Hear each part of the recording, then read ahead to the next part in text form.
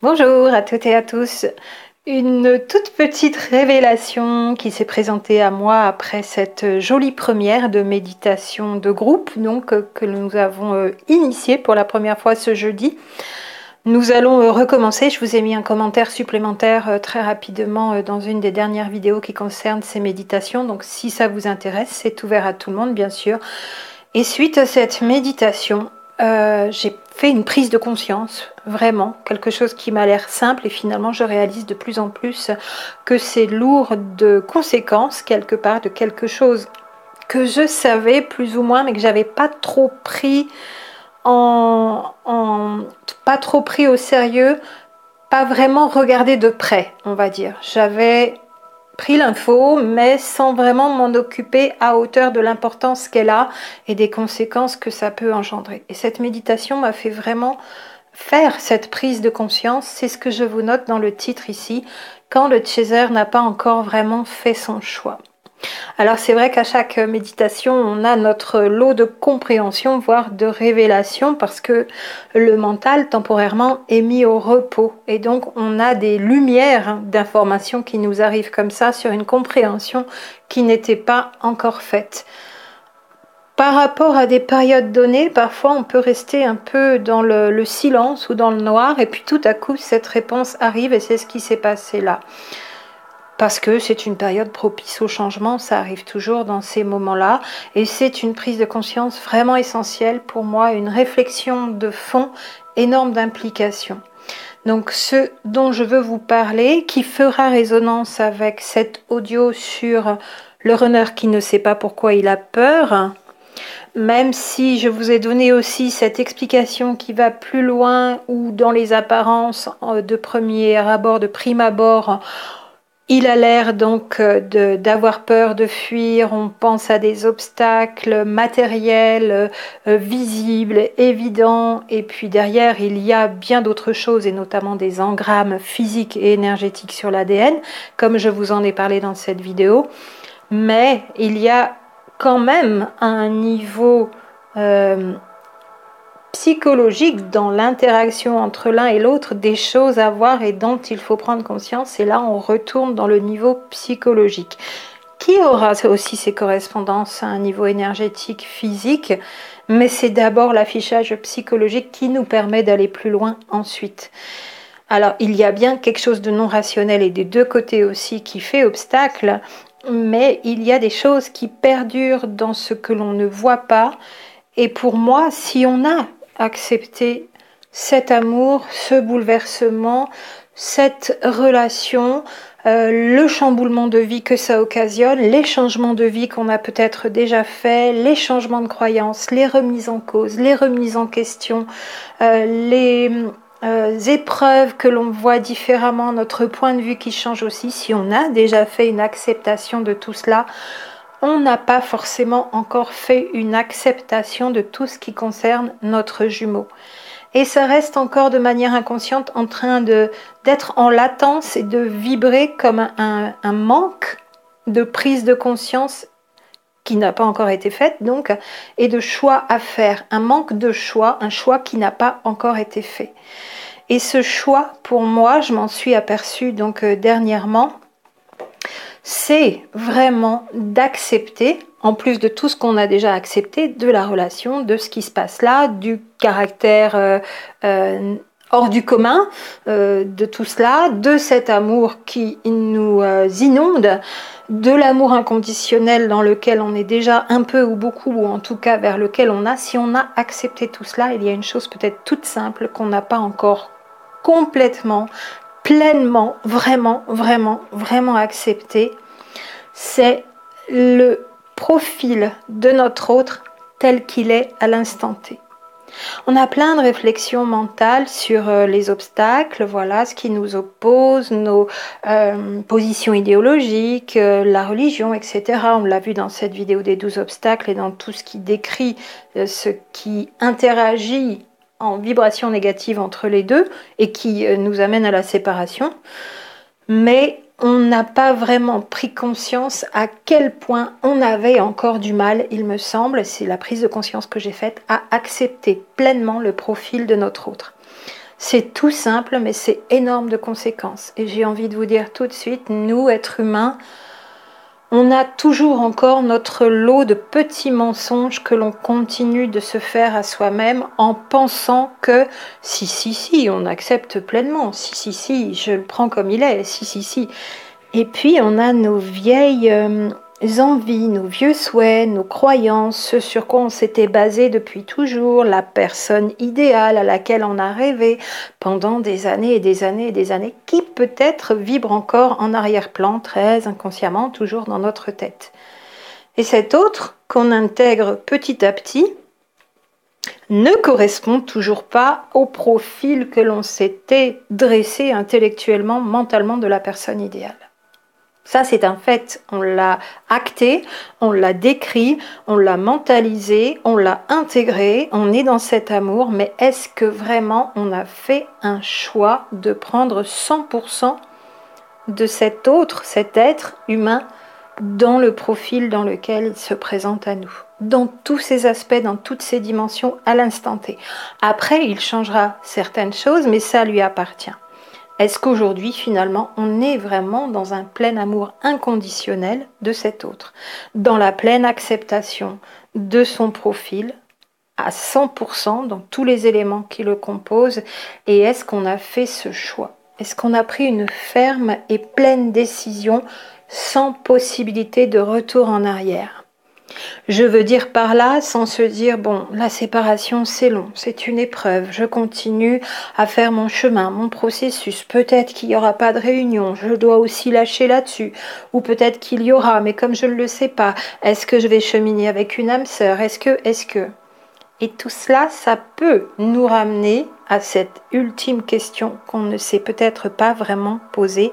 Est-ce que j'ai fait le choix de pleine acceptation de mon autre dans son profil tel qu'il se présente à 100% ou est-ce que je me raconte un petit peu des mensonges qui font que l'autre vibratoirement, inconsciemment ressent bien, qu'on n'est pas encore vraiment calé là-dessus, ressent que ça pourrait susciter encore un rejet dont on n'a même pas nous-mêmes conscience, un peu comme une bombe à retardement, mais lui il le sait bien que ça risque de lui exploser à la figure si jamais il se représente à un moment ou dans une discussion, voilà, il y a un échange et boum, voilà un chaser qui finalement n'est pas encore en pleine acceptation de l'autre. Parce qu'avec des mécanismes inconscients qui ne sont pas encore retirés de ce mental, de cet inconscient.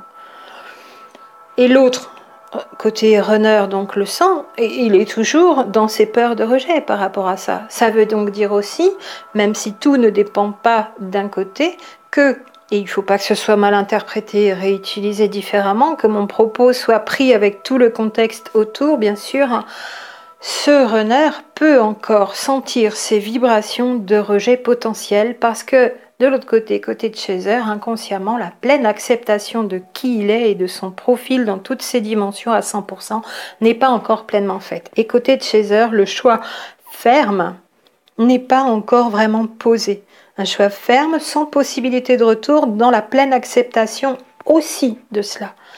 Pleine acceptation du bouleversement de vie, pleine acceptation d'être en éveil spirituel, pleine acceptation des éléments qui vont nous être présentés sur ce chemin, dans ce parcours qui est une épreuve, mais comme une mise en test. J'entends le mot épreuve comme on passe une épreuve d'examen. Et bien là, c'est un petit peu pareil pour aller sur un autre plan de conscience. On est sur un chemin où il y a des épreuves, des tests, des examens à passer. Et on est à chaque fois un peu plus en train de réussir et on va au prochain et parfois on échoue et on va recommencer, on va refaire et on va réussir. Et c'en est encore une question avec son lot de conséquences. Je n'ai pas forcément à ce jour, moi je me suis vraiment posé la question en 3 étapes. Inconsciemment, il restait encore jusqu'à il y a 1 jour, 2 jours... Et jusqu'à aujourd'hui, plus ou moins, dans une pleine prise de conscience. C'est pour ça que, à brûle pour point, vraiment à chaud, je vous présente cet audio ici, dans ma réflexion. Je n'avais pas vraiment dans mes tripes, dans chacune de mes cellules, encore pleinement accepté son profil. Et ça, il le sait, puisque de toute façon, ça a trait à notre obstacle majeure, entre guillemets, en ne mettant pas des énergies d'obstruction là où elles peuvent se dissiper. C'est juste un constat à l'instant T, tout en sachant que ces obstacles, on peut les contourner, on peut les dissoudre, les faire disparaître, ils peuvent disparaître d'eux-mêmes. Ils n'étaient peut-être pas si réels que ça, on est bien d'accord, mais au départ, mentalement, on a ces énergies qui se mettent entre nous, en termes d'énergie qui nous tiennent à distance. Et mon choix n'était pas encore pleinement fait, je m'en suis rendu compte aujourd'hui, et après cette méditation, ça a commencé à travailler. Donc en 3 étapes. Premièrement, j'ai fait une sorte de régression, de retour en arrière, donc sur un point particulier, et ça depuis ces 3 dernières semaines, où il y avait aussi une énergie nouvelle dans ce que je considérais entre lui et moi, quelque chose de pas normal, quelque chose de pas habituel que je n'avais pas d'habitude, quelque chose de pas naturel même, et qui pour moi était lié aux énergies ambiantes de ces 3 dernières semaines. Ça dure même depuis la nouvelle lune du 2 juillet. Il y a une ambiance vraiment qui interfèrent, même si c'est pas lourd, ça va encore chercher loin pour essayer de nous mystifier. On est encore mis en test. Ça, c'était la première étape de ce qui s'est passé depuis 3-4 semaines.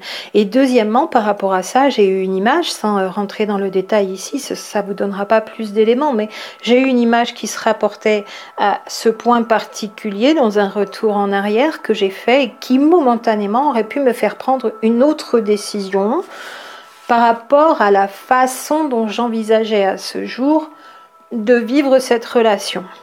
Très différente d'un couple classique dans tous les cas. Et une décision plus confortable, qui avait l'air plus douce, où je prendrais plus soin de moi,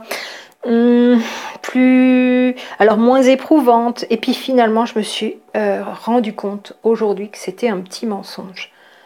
Par une sorte d'automanipulation dans mon esprit, je ne sais pas, et par une sorte de recul. J'ai fait une petite phase de recul en arrière, en fait, ces 3 dernières semaines, et baser finalement ces envies, nouvelles décisions sur des éléments superficiels, encore une fois.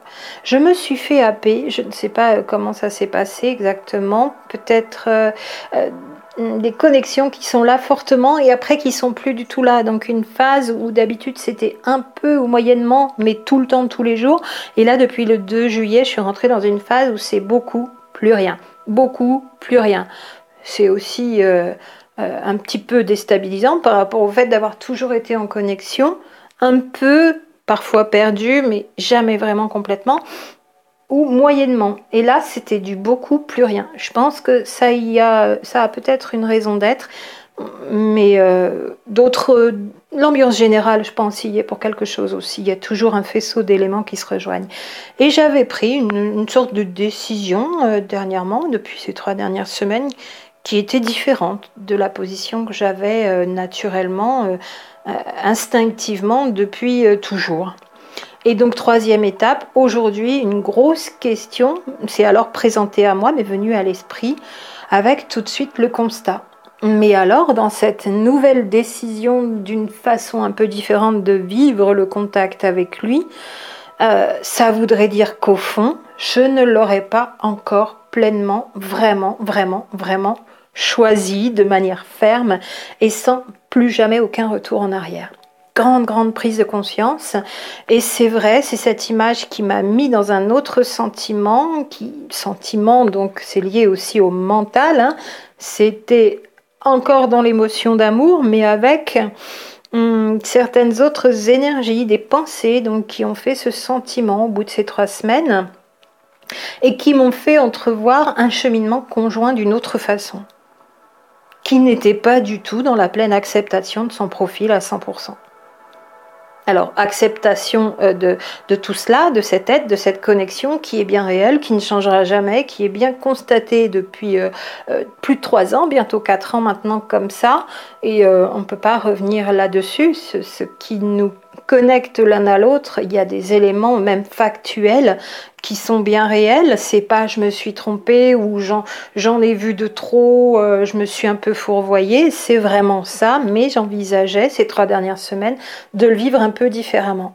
Et pourtant, c'était juste par une auto-manipulation de mon inconscient dans mon esprit d'une fête, de me rendre compte que je ne l'avais toujours pas choisi à 100%. Oui, je lui envoie tout ce que je lui envoie. Oui, je suis en connexion avec lui en permanence. Oui, il est toujours à côté de moi, même comme je parle maintenant.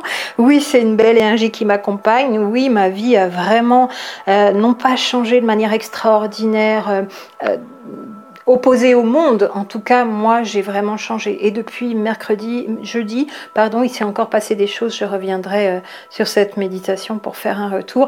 Et cette prise de conscience est venue là. Et c'est ce que je voulais vous dire aussi en vous exposant encore mon cas personnel, la réflexion que j'ai menée.